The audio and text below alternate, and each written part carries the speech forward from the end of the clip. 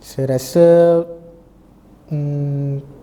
terutamanya bila duduk kat sekolah, macam saya cakap je kan, kat sekolah agama kan, kita dah biasa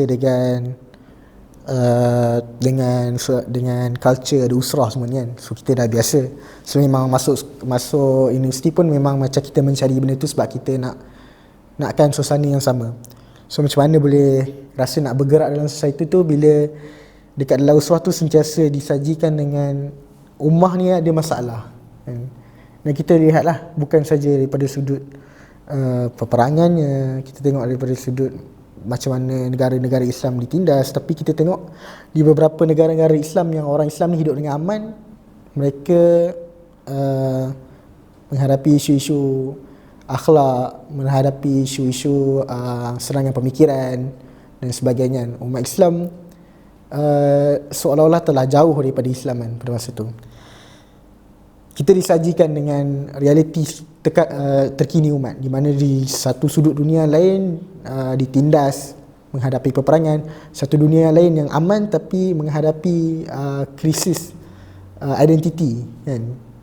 Aku ni jadi adakah Islam tu, sebahagian besar melihat Islam tu hanyalah pada nama, ataupun Islam tu hanyalah pada masjid, pada solat, ataupun Islam tu hanyalah pada ritual dan pada kepercayaan semata-mata kan. Okay, itu just ni untuk, dan bila disajikan benda tu, kita pun rasa macam sebenarnya umat ni dia tidak berada di dalam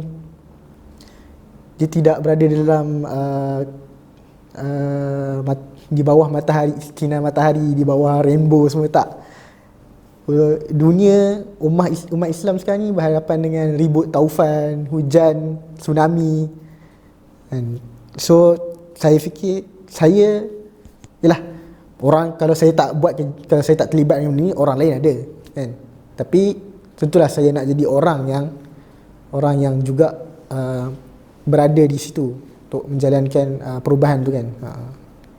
Itulah antara turning point dia adalah memang kita dah dibiasakan dengan tu, dan kita disajikan dengan tak cukup kita ni seorang je jadi baik, kita kena bawa perubahan ke dalamnya.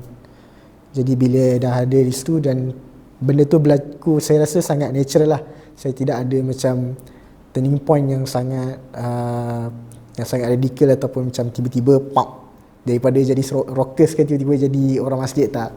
Saya memang dibiasakan dengan kehidupan ni agak lama, dan alhamdulillah Allah memandu saya ke sini lah.